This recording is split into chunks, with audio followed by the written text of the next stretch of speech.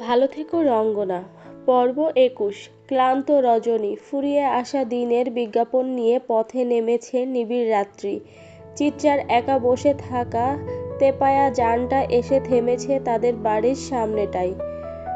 সাথে চিত্রার মলিন একাকিত্ব এবং পেছনে ফেলে আসা প্রিয় প্রেমিকের স্মৃতিও এসেছে তার সাথে।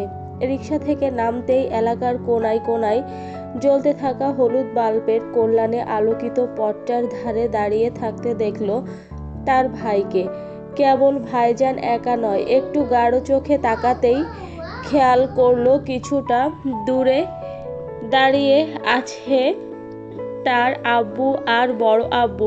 মৃন্ময় ভাইকেও দেখা যাচ্ছে। বিল্ডিং এর মূল গেটের সামনে জুবুথুবু হয়ে দাঁড়িয়ে আছে তার ৩ বোন। চিত্রা রিকশা থেকে নামতেই সকলের ধ্যান যেন তার উপর এসে নিবদ্ধ হলো। বিস্মিত হতভম্ব দৃষ্টি সকলের। সবার এই তাজ্জব দৃষ্টি মস্তিষ্কের স্নায়ুকোষে ছড়িয়ে যেতেই চিত্রার মনে হলো রাত ঘন হয়েছে, অথচ সে অবলীলায় বাড়ির বাহিরে ঘুরে বেড়াচ্ছে। বাড়ির মানুষগুলো কি তার চিন্তাতেই বাহির হয়েছে? চিত্রার দুরু বুকে প্রশ্নের স্তূপ। সেই স্তূপ চাপা দিয়েই সে রিকশা থেকে নেমে দাঁড়ালো। ততক্ষণে তার বাড়ির সকলে ছুটে চলে এসেছে তার সামনে। চিত্রার রিকশা থেকে নামতে দেরি, অথচ সশব্দে তার গালে চড় পড়তে দেরি হলো না। ভয়ানক চড়ে মেয়েটার চোখ মুখ অন্ধকার হয়ে এলো। চোখের সামনে আঁধার করে যেন পুরো পৃথিবী ঘুরে উঠল। চিত্রা কিংকর্তব্য বিমূঢ় নয়ন যুগল মেলে সামনে তাকাতেই নিজের বাবার অগ্নিদৃষ্টির ভয়ঙ্কর দাবানলে ঝলসে গেল তার চিত্ত। সে গালে হাত দিল, ভীত নয়ন নত করল। সাথে সাথে ভেসে এলো নুরুল সওদাগরের ভয়ঙ্কর হুঙ্কার। রাত বিরাতে না বলে বাসা থেকে উধাও হয়ে গেছো সেহেতু ফিরে আসার কি প্রয়োজন ছিল? ফিরে না আসলেই তো পারতে। ফিরে এলে কেন? হ্যাঁ? চিত্রাদের বিল্ডিং এর আশেপাশের বিল্ডিংগুলোর বন্ধ থাকা প্রত্যেক রুমে আলো জ্বলে উঠল। প্রায় সবাই জানালা দরজা খুলে উকিঝুঁকি মেরে বোঝার চেষ্টা শুরু করলো কি হচ্ছে নিচে। আর ইতিমধ্যে যারা জেনেছে চিত্রার নিখোঁজের খবরটা, তারা বলাবলি করছে কি যেন। তুহিন ছুটে এলো বোনের সামনে, আগলে দাঁড়ালো বোনকে। ছেলেটার চোখ মুখও রাগে লাল হয়ে গেছে। আশেপাশে তাকিয়েই সে রাগ সংবরণ করলো। দাঁত কিড়মিড় করে বাবার উদ্দেশ্যে বলল, আপনার বুঝতে হবে যে সব জায়গায় সিনক্রেট করা উচিত নয়। বয়সটা কি এমনিই হয়েছে?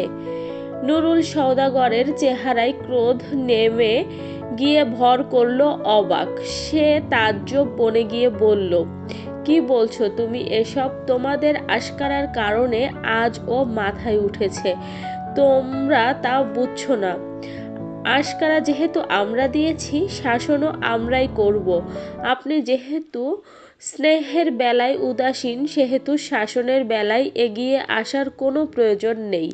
নুরুল সওদাগর আরেকটি ভয়ঙ্কর ধমক দেওয়ার জন্য মুখ খোলার প্রস্তুতি নিতেই তাকে থামিয়ে দিলেন আফজাল সওদাগর। গুরুগম্ভীর কণ্ঠে বলল, নুরু, বাড়ির সম্মান নিয়ে রাস্তায় মজা ওড়ানোর কাজ তোকে মানায় না। আর বাড়ির মেয়ের গায়ে হাত তোলা আমার পছন্দ না। জানার পরও কাজটা কিভাবে করেছিস। আর একটা কথাও বাড়াবি না। যা কথা বলার বাড়ির ভেতরে হবে। ভাইয়ের কথার উপর কথা বলার ক্ষমতা নেই নুরুল সওদাগরের। তাই সে চুপ হয়ে গেল। তৎক্ষণাৎ পাশের বিল্ডিং থেকে একটি ধারালো কটূক্তি ধেয়ে এলো, সওদাগর বাড়ির মেয়েদের তো ভালো গুণ, কেউ রাত বেরাতে ভাইরাল হচ্ছে, কেউ বা ঘর ছাড়ছে। বাহ, এক একজন খুব গুণী। কটূক্তিটা বেশ ভয়ঙ্কর ভাবেই তেড়ে এসে হামলে পড়ল যেন সওদাগর বাড়ির সম্মানের উপর। সবচেয়ে বেশি আঘাত করলো চাঁদনিকে। যে মেয়েটা সারাটি জীবন সম্মান নিয়ে বাঁচতে চেয়েছিল, আজ তার সম্মান নিয়েই টানা হেঁচড়া হচ্ছে।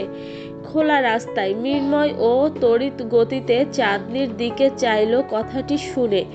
মেয়েটা সদর দরজার ভেতর আরেকটু যেন আড়াল হয়ে গেল, হয়তো লজ্জায়। মৃন্ময়ের রাগ উঠল, হুঙ্কার দিয়ে উঠল কটূক্তি করা মানুষটির উপর। বেশ ভেঙিয়ে ভেঙিয়ে বলল, সওদাগর বাড়ির কে কি করছে তা না দেখে আপনার বাড়ির কে কি করছে তা দেখেন আন্টি। সওদাগর বাড়ি ভাইরাল হলেও মুখে চুন কালি মাখার মতন কিছু করেনি, অথচ আপনাদের এমন অনেক কাহিনী আছে যা ভাইরাল হলে আপনাদের মরা ছাড়া উপায় নেই। মৃন্ময়ের জবাবেই সকলের মুখ বন্ধ করতে যথেষ্ট ছিল। আশেপাশের বাড়ির বেশিরভাগ মানুষ লাইট বন্ধ করে ভেতরে চলে গেল। কেউ বা রয়ে গেল শেষ পর্যন্ত মজা দেখার লোভে। চাঁদনি ছুটে ভেতর চলে গেল। আফজাল সওদাগর মৃন্ময়কে কৃতজ্ঞতা জানাতে ভুললেন না। নিষ্ঠুর রজনী গাঢ় হলো, সাথে গাঢ় হলো সওদাগর বাড়ির আলোচনা। এক এক জনের এক এক রকম প্রশ্নের সম্মুখীন হলো চিত্রা, কিন্তু উত্তরে সে ছিল উদাসীন, ভাবুক, নিশ্চুপ। অবশেষে কথা বললেন মনোয়ারা বেগম। চিত্রার সম্মুখীন হয়ে রাশভারী কণ্ঠে শুধালেন, কোথায় গিয়েছিলে তুমি কাউকে না বলে? আর সবাইকে তোয়াক্কা না করলেও দাদিকে অসম্মান করার ইচ্ছে নেই চিত্রার, তাই ক্ষীণ স্বরে জবাব দিল, আমার একা একা ঘরে ভালো লাগছিল না, তাই ভেবেছিলাম বাহির থেকে হেঁটে আসি। হাঁটতে হাঁটতে একটি জায়গায় বসলাম, অথচ এতটা সময় কেটে গেল টেরই পাইনি। চিত্রার সাজানো মিথ্যে উত্তরটা গ্রহণীয় হলো, তা সকলের মুখ দেখেই বোঝা যাচ্ছে। তবুও দাদি থেমে নেই, বরং নিজের ছেলেদের উদ্দেশ্যে অসঙ্গত প্রকাশ করে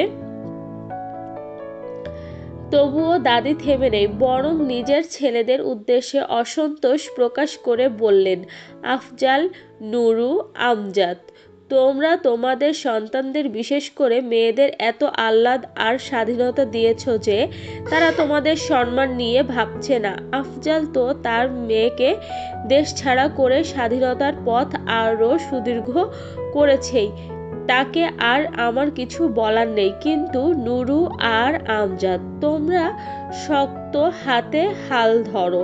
যদিও ওহিকে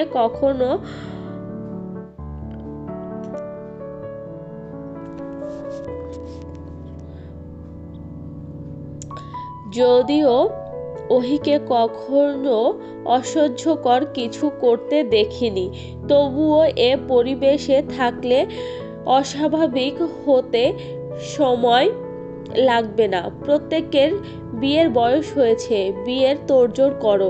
না হয় একজন ধরা পড়েছে রাতে এক ছেলের সাথে, আর একজন না বলে ঘর ছেড়ে বেরিয়ে গেছে, এরপর কি হবে আমি ভাবতে পারছি না। আবারও কথার তীর চাঁদনির বুকে এসে ক্ষত বাড়িয়ে দিল তার দ্বিগুণ। সে দাঁত মুখ শক্ত করে রাখল, যেন তার দুর্বল সত্তা খোলস ছেড়ে বেরিয়ে না আসে। চিত্রাও অসহায় দৃষ্টিতে চাইল বোনের পানে। তার জন্যই আজ বারবার আপাটাকে মানুষ আকারে ইঙ্গিতে কথা শোনাচ্ছে।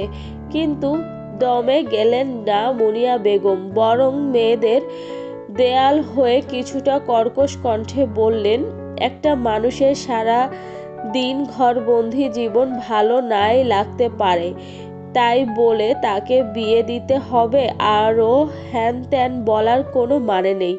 তাছাড়া চাঁদনিকেও কথায় কথায় টানার কোনো কারণ দেখি না। রাত বিরেতে ভাইরাল হওয়াটা ছিল ওর ভাগ্যের নির্মমতা, কিন্তু ওর চরিত্র এখনো দাগহীন আমি জানি। ঘরের মানুষই যদি দুর্বলতায় আঘাত করি, তাহলে বাহিরের মানুষ আমাদের ছেড়ে কথা বলবে? মনোয়ারা বেগম তার পুত্রবধূর উপর ক্ষুব্ধ হলেন। কিছুটা রাগী কণ্ঠে বললেন, তোমাকে এ বাড়ির বউ করে আনাটা ছিল আমার জীবনের সবচেয়ে বড় ভুল। সত্যিই তাই?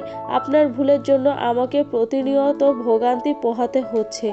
ভুল একজনের আর আফসোসের জীবন কাটাচ্ছে আর একজনের। হাহ, সবই ভাগ্য। মুনিয়া বেগমের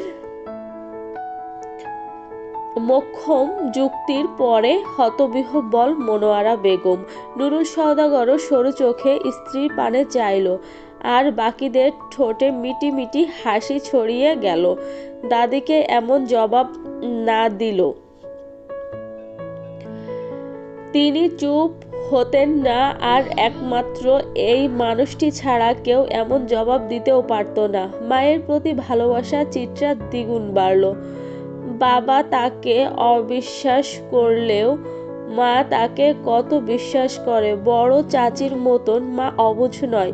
সন্তানকে আঘাত করেন না তিনি। সেই আলোচনার ইতি ঘটল সেখানেই। ওহির ব্যস্ত পা জোড়া নির্বিশেষ ছুটছে। আজ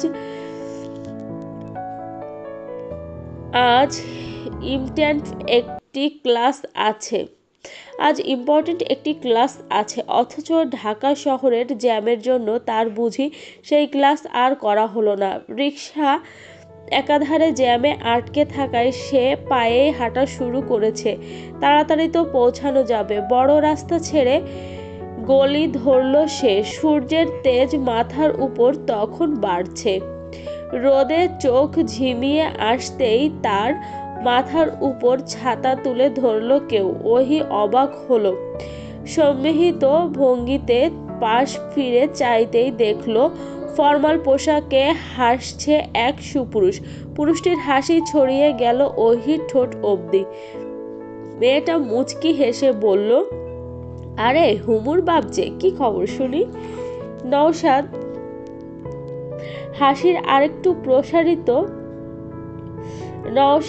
হাসির আরেকটু প্রসারণ ঘটল। গা দুলিয়ে হেসে বলল, কোনো খবর নেই আপাতত। আপনি দু কদম এগিয়ে এলে সম্ভবত নতুন কোনো খবর হয়তো তৈরি হবে। ওহি ভুরু জোড়া কুঁচকালো, সন্দিহান কণ্ঠে বলল, কোনো আগাগোড়া কথা বলছেন? কোন আগানোর কথা বলছেন? যে আগানোতে আপনার সাথে হুমুর দেখা হবে। এই তো সামনে আমার গাড়ি, হুমু সেখানেই আছে, আসুন। এই আগানোর কথাই বললাম। অন্য কিছু ভাববেন না ম্যাডাম। নওশাদের দুষ্টু কণ্ঠে হেসে উঠল ওহি। মাথা দোলাতে দোলাতে বলল, আমার সাথে চালাকি? সাইকোলজির স্টুডেন্ট আমি, সব বুঝি। মন বুঝেন তো? নওশাদের গাঢ় ইশারায় ওহি মাথা ঘুরিয়ে ফেলল। লোকটা লজ্জা দিচ্ছে আজকাল। ধারায় তুমুল সূর্যের তাপ দেওয়ার পর গগন এখন শান্ত। গুরুগম্ভীর ভাবে ডেকে উঠছে সে কিছুক্ষণ বাদে বাদে। চিত্রা উদাসীন চোখে সেই আধার আকাশ দেখছে। আজকাল তার আকাশ দেখতে ভালো লাগে। কেমন মন ভালো হয়ে যায় সেখানে চাইলে। চিত্রার ধ্যানের মধ্যেই গগন চিরে বেরিয়ে এলো বৃষ্টির বিন্দু। শীতল করল ধরা। শান্তি স্বস্তিতে ভরে উঠল প্রকৃতি। বৃষ্টির ফোঁটায় ভেসে এলো অতীত। বেজে উঠল ব্যথার সুর। আগে বৃষ্টি নামলেই চিত্রা আর বনফুল পথ আগলে দাঁড়িয়ে পড়তো, হইচই করে ভিজত অনেকক্ষণ। কি আনন্দ ছিল তখন। তখন চিত্রা দুঃখ চিনত। অথচ আজ চিত্রার বুক ভার করা অতীত বিশ্লেষণের মাঝেই পথ হতে বহু পুরনো সেই খিলখিল হাসির হুঙ্কার শোনা গেল। যেই হাসিতে মুগ্ধ হতো আকাশ বাতাস পাতাল ও পৃথিবী। মুগ্ধ হলো বন্ধুত্বের বীজ। চিত্রা বনফুলকে ভিজতে দেখে তৎক্ষণাৎ ছুটে গেল নিচে। কারো ডাক শুনল না, বাঁধন মানল না।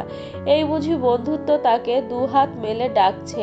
এখন আর কোনো পিছুটান তার জন্য নয়। আনন্দের রথে করে যখন চিত্রার সকল সুখ ফিরে এলো ঠিক তখনই থেমে গেল চিত্রা।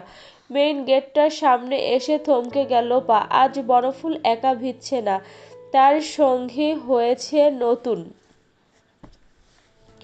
চিত্রার জায়গায় আজ নোঙ্গর নামক মেয়েটির অবস্থান। দুজনেই আনন্দে হাসছে। চিত্রা ড্যাব ড্যাব করে সেই দৃশ্য দেখল। বুকের ভেতর তাজা ক্ষত, চোখে অশ্রুদের ভিড়। ভগ্নাবশেষ মনটুকু নিয়ে ফিরে যেতে নিলেই তার হাত আঁকড়ে ধরে বাধা দিল কেউ। চিত্রা থেমে গেল। তার ভাঙা মনটাকে জোড়া দিতে দিতে প্রেমিক বলল, ভিজবে না রঙ্গনা? বৃষ্টি না তোমার বড় প্রিয়? চিত্রা ঘাড় ঘুরিয়ে চাইল। বাহার ভাইয়ের নিখাদ হাসি ভেসে উঠল চোখের সামনে। চিত্রা অভিমানী স্বরে বলল, কার সাথে ভিজবো? বনফুলের সাথে, যে সঙ্গী হয়েছে নতুন।